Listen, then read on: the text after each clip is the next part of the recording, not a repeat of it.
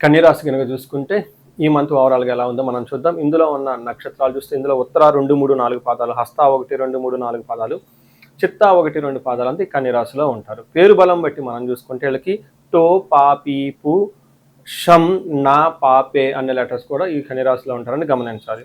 మనం ముందుగా చెప్పుకునే విధంగా 4 గ్రహాలు ఇందులో మారటంతో ఈ రాశి వాళ్ళకి ఓవరాల్గా ఎలా ఉందో మనం చూద్దాం. అందులో లఘు గోచారం, సూక్ష్మ గోచారం అన్న కాన్సెప్ట్ ప్రకారం మనం చూస్తే వీళ్ళకి ఫస్ట్ 15 రోజు కొంచెం శారీరకంగా ఇబ్బందులు వచ్చే విధంగా ఉంటుంది. అంటే బాడీలో హీట్ అవ్వటము, కొంచెం టైర్డ్నెస్గా ఉంటుంది.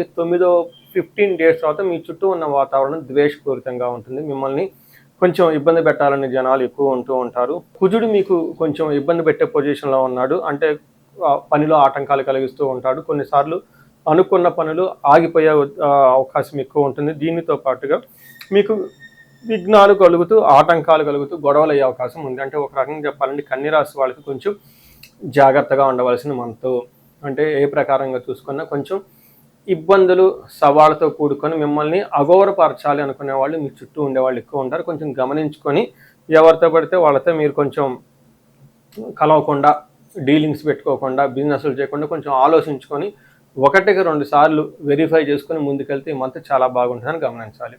ఎందుకంటే మన గ్రహం ప్రకారం చూసుకుంటే వీళ్ళకి సూర్యుడు 9వ స్థానంలో ఉండటంతో, 9వ స్థానంలో ఎప్పుడైతే సూర్యుడు ఉన్నారో మనకేం చెప్తారంటే సంస్కృతంలో నిందాపరాధ కలహం నిర్దోషచ్చ ధనక్షయ పుణ్యలాభార్థ నాశనాచ విరోధ విచార నవమే రవి భవేత్ అంటారు. అంటే 9వ స్థానంలో సూర్యుడు ఉంటే ఏమవుతుంది, నిందాపరాధం, పాపం మీరు చాలా అమాయకంగా ఉంటారు. కానీ మీకు ఎలాంటి తప్పు లేకపోయినా కానీ మిమ్మల్ని నిర్దోషులుగా ట్రై చేయాలని, మిమ్మల్ని బ్లేమ్ చేయాలని, మీ మీద బ్లేమింగ్స్ పెట్టాలని చెప్పి ట్రై చేస్తూ ఉంటారు. అంతేకాకుండా వృధాగా గొడవలు పెట్టుకుంటూ ఉంటారు. కలహం నిర్దోషచ్చ, మీలో ఎలాంటి లాభం లేకపోయినా కానీ మిమ్మల్ని కావాలని గొడవ పెట్టుకుంటూ ఉంటారు.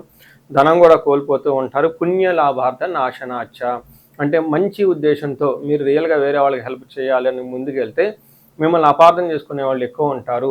మీరు ఇచ్చిన పనికి రిజల్ట్ రాకపోక మిమ్మల్ని ఇంకా అపార్థం చేసుకునే వాళ్ళు ఎక్కువ ఉంటారు. దీన్ని ఎన్కాష్మెంట్ చేసుకునే వాళ్ళు ఎక్కువ ఉంటారని గమనించుకోవాలి. బట్ ఓవరాల్గా సూర్యుడు మంచి చేసి వెళ్ళిపోతాడని కూడా గమనించుకోవాలి. అదేవిధంగా కుజుడు వీళ్ళకి 8th హౌస్లో ఉండటం మిక్స్డ్ రిజల్ట్ వస్తుంది అని చెప్పుకోవాలి. మిక్స్డ్ రిజల్ట్ అంటే గ్రహం 8వ స్థానంలో ఉండటం బట్టి ఏమవుతుంది అంటే ప్రవాస కార్యహాని సాత్ కసారోగ పీడనం స్థాననాశనురచ్ఛేద అస్తమస్థిత్ భవేత్ రవి అంటారు. అస్తమస్థిత్ భవేత్ ధారాసుతే అంటారు. ధారాసుతుడు అంటే కుజుడు వీళ్ళకి 8వ ఇంట్లో ఉండటం ఏమవుతుంది, ప్రవాస కార్యహాని సాత్, అంటే ఉన్న ప్రదేశం నుంచి దూర ప్రయాణాలు చేసే అవకాశం ఎక్కువగా ఉంటుంది. దగ్గు విపరీతంగా వచ్చే అవకాశం ఎక్కువగా ఉంటుంది. రుణచ్ఛేద, రుణాల యొక్క బాధలు ఎక్కువగా ఉంటాయి. మీరు ఇంతకుముందు డబ్బులు ఎవరైనా ఇవ్వాల్సి ఉంటే ఈ టైంలో వాళ్ళకి మీకు క్రెడిట్ కార్డు బిల్లులు కానివ్వండి, పెండింగ్ ఉన్న బిల్లుల రూపాయన మీకు వచ్చి ఇబ్బందులు పెట్టే అవకాశం ఎక్కువ ఉంటుందని గమనించుకుంటూ ఉండాలి. దానితో పాటు స్థాననాశ, మీకు ఉన్న పదవి కానీ లేదంటే జాబులో కానీ విపరీతమైన ఇబ్బందులు వచ్చేసి మీకు డౌన్ గ్రేడ్ అయ్యే అవకాశం ఉంటుంది. మీ పెర్ఫార్మెన్స్ని గమనించాలి. సో అయితే కుజుడు మళ్ళీ మిక్స్డ్ రిజల్ట్స్ ఇస్తూ ఉన్నారు. వీళ్ళు ధనాన్ని, సక్సెస్ని తీసుకొని వస్తూ కూడా ఉన్నారు. అంటే ప్రతి గ్రహం మీకు కొన్ని సవాళ్లతో పాటుగా కొంచెం ఫేవరైట్గా చేసే అవకాశం కూడా ఉంది. ఫైనల్గా చాలా ఇంపార్టెంట్, శుక్రుడు 10వ స్థానంలో ఉండటంతో ఇప్పటిదాకా మీకు అనుకూలంగా ఉన్న స్త్రీలు ఎవరైతే ఉంటారో మీకు ఎదురు తిరిగే అవకాశం ఉంటుంది. ఇదే విధంగా స్త్రీలకైతే మీకు ఇప్పటిదాకా అనుకూలంగా ఉన్న ఆఫీస్లో కానీ ఇంట్లో కానీ ఎవరైనా జెంట్స్ ఉంటే వాళ్ళకి మీకు ఎదురు తిరిగి మీకు నెక్ టు నెక్ ఢీ అనేటట్టు మాట్లాడే ఉండే అవకాశం ఎక్కువ ఉంటుంది. కాబట్టి మనకేం చెప్తారంటే వెకులం చైవ నిస్సత్వం మర్ధానాశనం రిపోభయ స్త్రీ సౌఖ్యహాని మాప్నోతి దశమస్తే భగవత్ భృగునందనే అని చెప్తారు. అంటే భృగునందుడు అంటే శుక్రుడు వీళ్ళకి 10వ స్థానంతో ఉండటంతో వెకులం అంటే మనసులో ఎప్పుడు ఏదో ఒక బాధగా ఉండే అవకాశం ఉంటుంది. తర్వాత నిస్సత్వం అంటే ఏమీ చేయలేకపోతాం, ఏదైనా చేయాలనుకున్నా కానీ చేయలేకపోవటం, శారీరకంగా అర్ధనాశనం, ధనం కోల్పోతూ ఉంటారు. స్త్రీ సౌఖ్యం హాని అంటే ఇప్పటిదాకా మీకు స్త్రీలు సపోర్ట్గా ఎవరైనా ఉంటే వాళ్ళ నుంచి మీకు అపోజిషన్ వస్తుంది. ఇన్ ద సేమ్ వర్స్ స్త్రీలైతే జెంట్స్ నుంచి అపోజిషన్, మిమ్మల్ని కావాలని చెప్పేసి ఆటంకాలు పెట్టేవాళ్ళు ఎక్కువగా ఉంటారు.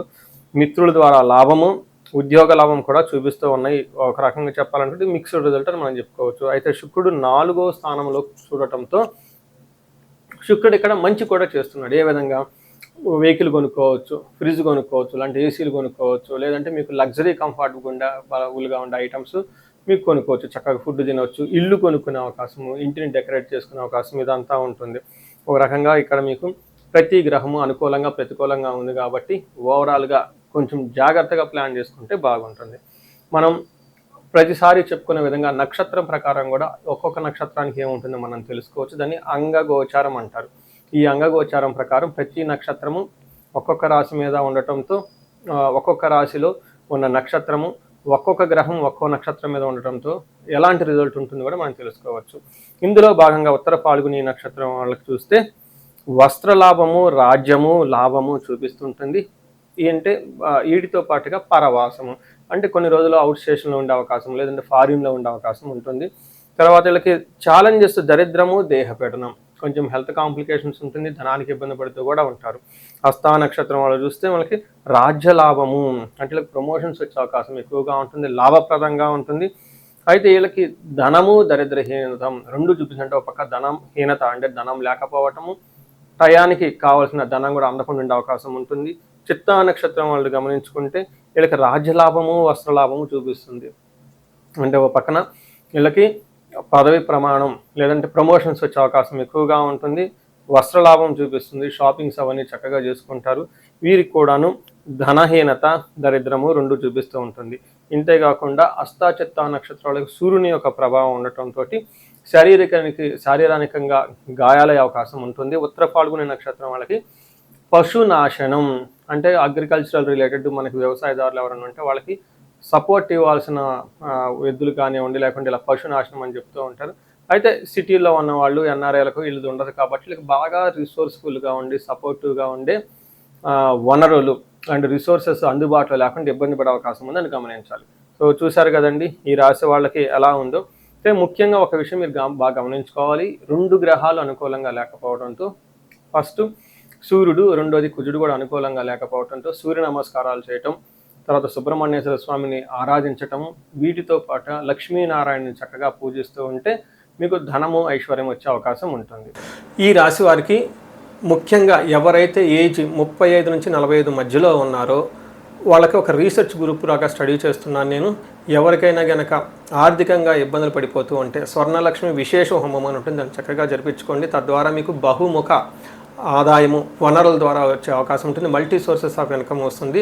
అంతేకాకుండా భార్యాభర్తల మధ్య చాలా చక్కగా అన్యోన్యంగా ఉండాలి, అభివృద్ధి జరగాలనుకున్నప్పుడు అన్యోన్య దాంపత్య పాశుపత అభిషేకము లేదా విశ్వావసు గంధర్వరాజ అభిషేకం అని ఉంటుంది, దాన్ని చక్కగా జరిపించండి. అంతేకాకుండా చాలాసార్లు మేము చండీ హోమాలు ఎక్కువ జరిపిస్తూ ఉన్నాము. లాస్ట్ మంత్ చూసుకుంటే చాలా చండీ హోమాలు చేసాము. ప్రతి ఒక్కళ్ళకు కూడా శత్రు బాధలు ఉన్నా, లేదంటే కోర్టు వ్యవహారాలు సరైన అట్టిడు కాకుండా మధ్యలో ఆగిపోతున్న, మీరు ఆఫీసుల్లో ఒక మంచి మేనేజర్ లెవెల్ పొజిషన్లో ఉండి సీనియర్ పొజిషన్లో ఉన్న, మీ మీద ప్రమోషన్ రాకుండా అడ్డుపడుతున్న వేరే వాళ్ళు మీకు కావాలని ఇబ్బంది పెడుతున్నా కానీ ఇలాంటి వాళ్ళు చండీ హోమం చేయించుకున్నా, అలానే రాహు దశ ఎవరికైతే నడుస్తుందో వాళ్ళంతా రాహు అంతర్దశలో వాళ్ళు ఉన్నారో చండీ హోమం చేయించుకుంటే చాలా బాగుంటుంది. అంతేకాకుండా ఇది పిల్లలకి అకాడమిక్ టైం కాబట్టి మనకి విద్య బాగా రావడానికి మనకి 3 రకాల దేవతలను ఉపాసన చేస్తూ ఉంటారు జనరల్గా. హయగ్రీవ స్వామి, మేధా దక్షిణామూర్తి, నీలా సరస్వతి. మీ యొక్క ఇండివిజువల్ యొక్క జాతకం చూపించుకొని ఒక్కసారి ఆ యొక్క మీ యొక్క జాతకానికి అనుగుణంగా ఏ దేవతలకు సంబంధించిన ఉపాసన చేస్తే బాగుంటుంది, ఆరాధిస్తే బాగుంటుందో తెలుసుకొని తద్వారా ఆ యొక్క దేవతలకు పర్టికులర్ మేధా దక్షిణామూర్తికి మూలమంత్ర జపము, హోమము, దానాలు ఇవన్నీ చేసుకుంటూ ఉంటే అకాడమిక్స్లో పెర్ఫార్మెన్స్ వచ్చే అవకాశం ఎక్కువ ఉంటుంది. ఇవి కాకుండా మీకు ఎలాంటి సమస్య ఉన్న, కాలసర్ప దోషం ఉన్న, పర్టికులర్గా వివాహానికి ఇది మ్యారేజెస్ టైం కాబట్టి మీకు 28 సంవత్సరాలు 27 వచ్చి ఇంకా వివాహం పోవట్లేదంటే ఖచ్చితంగా ఏదో ఒక దోషం ఉంటుంది. అవన్నీ చూపించుకుంటుంటే చూపించుకొని పరిహారాలు చేయించుకుంటే తీవ్రతను బట్టి చక్కగా పెళ్ళే అవకాశం ఎక్కువ ఉంటుంది. ఇవి కాకుండా మీ లైఫ్ అప్పటిదాకా 35 ఇయర్స్ వరకు చాలా బాగుంది, మాకు 35-45 మధ్యలో ఉండి అనుకోని విధంగా మేము మధ్యలో కెరీర్లో ఆగిపోయాము, స్టాగ్నేషన్ పీరియడ్ వచ్చింది, కన్ఫ్యూజన్ వచ్చింది, ఎటెల్లలో అర్థం కావట్లేదు అనుకున్న వాళ్ళు ఒక్కసారి జాతక చక్రం చూపించుకొని ఎందుకు ఇది వచ్చింది, దానికి ఏమన్నా శాపాలు ఉన్నాయా లేదంటే ఏమన్నా గ్రహ దోషాలు ఉన్నాయో తెలుసుకొని ఆ శాపాలు ఆ గ్రహ దోషాలు తీసేసుకుంటే లైఫ్ 10 ఖచ్చితంగా ముందుకెళ్తూ ఉంది. ఇంకా ఒకటి, ఎవరికైతే ఏలినాడు శని, అర్ధాశ్రమ శని, తర్వాత అష్టమ శని నడుస్తూ ఉందో వాళ్ళందరూ కూడాను చక్కగా సంపూర్ణ శాంతి పూజలు చేయించుకోవాలని చెప్పేసి, మీకు ఎలాంటి సమస్య ఉన్నా కానీ దానికి చక్కటి పరిష్కారం ఉంది. ఎలాంటి కన్ఫ్యూజన్ ఉన్నా దానికి పరిష్కారం మీ జాతకంలోనే ఉంది. చక్కగా పరిష్కారాలు చేసుకొని మీరు జీవితంలో 10 ముందుకు ఎలా ఎదగాలని, మీకు అష్టైశ్వర్యాలు కలగాలి, భోగభాగ్యం కలగాలి, చక్కగా సమాజంలో ఉన్నతంగా ఉండాలని చెప్పేసి నేను కోరుకుంటున్నాను. నమస్తే.